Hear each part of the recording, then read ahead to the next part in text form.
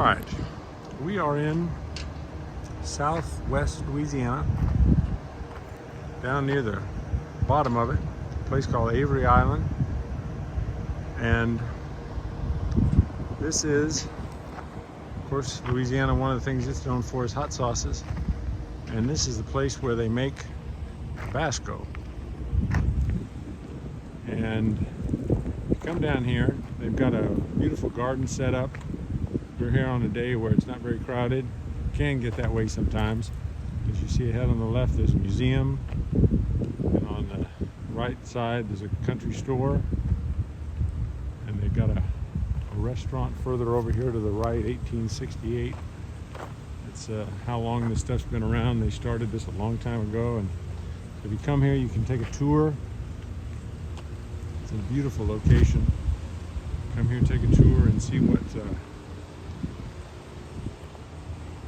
so interesting about a hot sauce. It really has very few ingredients. You know, it's pretty simple stuff, but it's caught on like crazy. Lots of hot sauces in the world, but there's not too many places that don't have Tabasco on the table these days. I've seen it in all kinds of countries, and of course all over the United States. So if you get a chance, come on down to southwest Louisiana and have a taste for yourself. We're headed in now to have some food. They have Bloody Marys that you can make yourself and put different kinds of Tabasco in if you're that way inclined. So come give yourself a thrill. All right, turns out I've steered you wrong. There really is not. They no longer start. Last summer they stopped selling Bloody Marys here.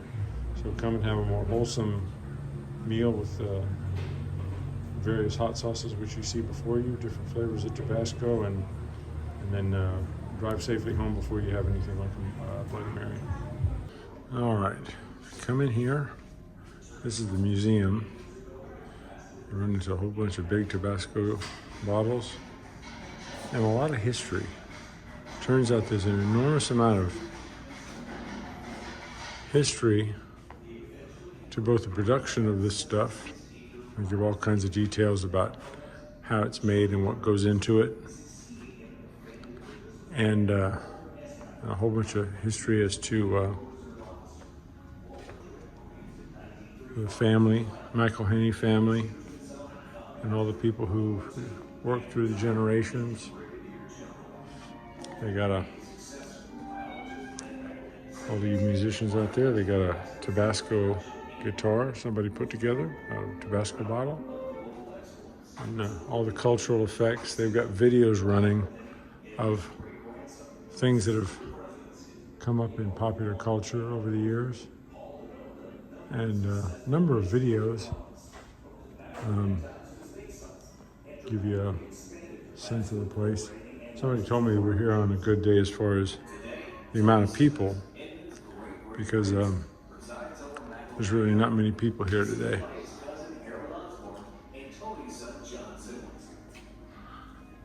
Kind of an aerial view of Avery Island.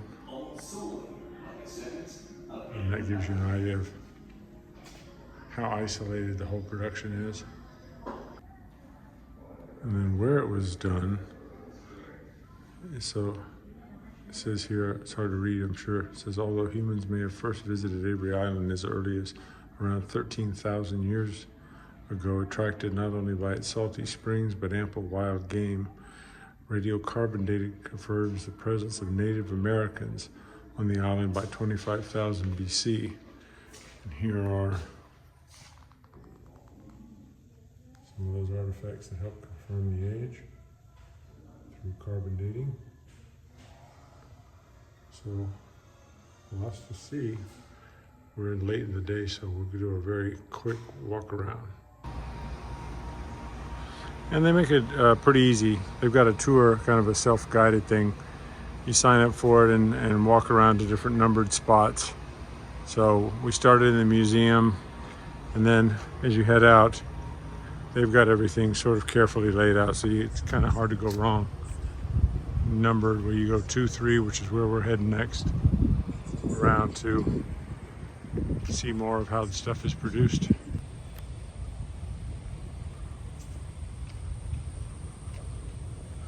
Now, alligators are kind of the thing down here, so you really wouldn't expect to see anything about bears. But I've eaten all the food that we got, so I'm not giving any away. And then they allow you to walk around the grounds pretty freely. Again, there's not a whole lot of folks here today. So we have pretty much run of the joint. Early way of transporting the stuff. They'll let you walk through the grounds.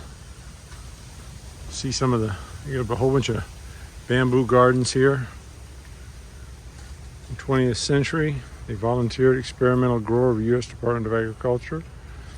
And I don't know why bamboo, but they got a bunch of it here. You want to come and just take a stroll in the middle of your eating and drinking. Up here we got a greenhouse where they grow peppers. Once they pick which ones they want to work with. They got huge fields out here. We won't be in them, but in this general area they got big fields of these things, and then they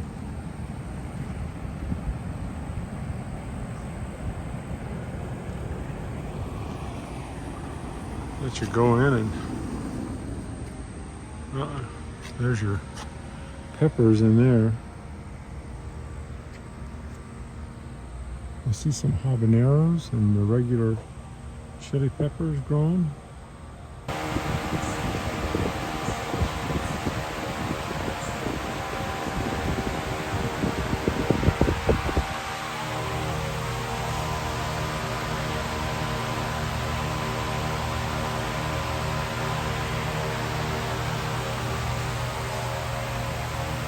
And next we go into where the barrels where they keep the stuff.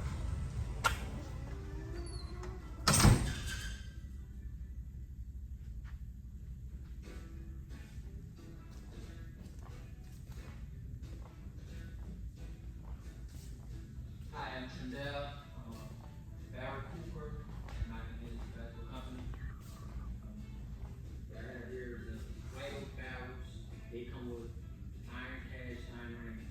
We have to change every ring to a stainless steel 316 ring.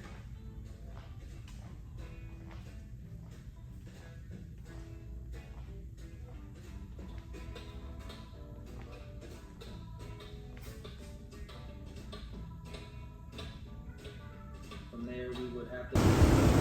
Alright, and then once all that stuff is put in barrels, they're sealed by hand. They're stored here in this warehouse, and you can see how far back it goes. Tons and tons of barrels. And this is the mash from the peppers, kept in these things for 3 years.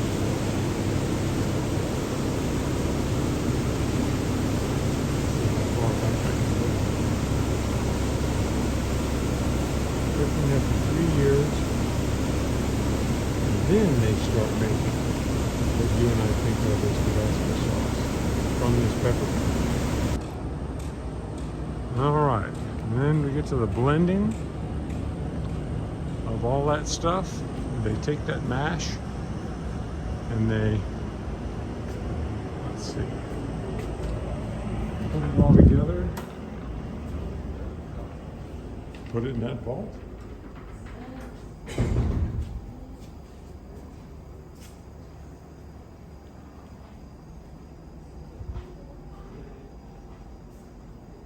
Go see what blending is.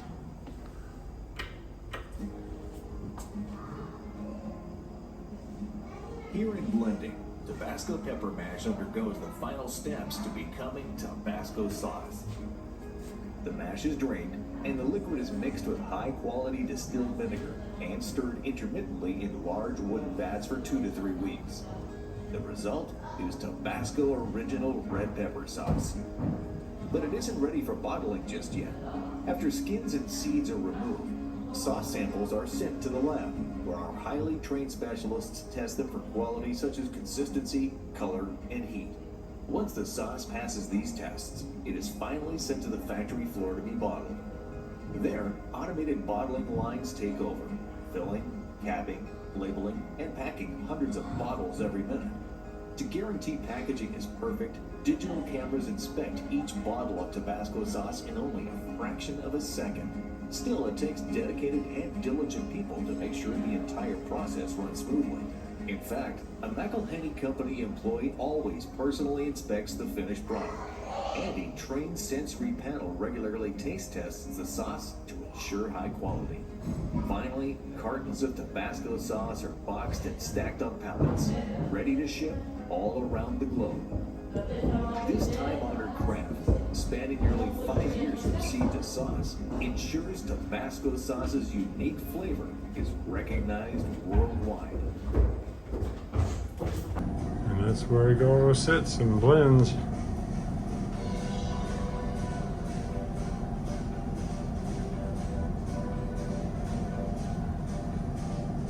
It's a lot of Tabasco.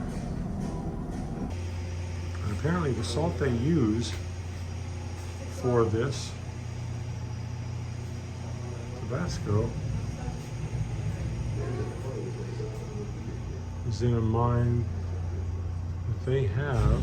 This isn't it, this is just a simulation, but give you an idea of how fortunate this combination is to have the salt you need. I'm not exactly sure where the vinegar comes from, but you got to have that salt. As it said there, salt evaporated from brine springs on Avery Island since 1791. They began construction in 1863. So around the Civil War is when all this started. It was right after the Civil War that Tabasco got its start.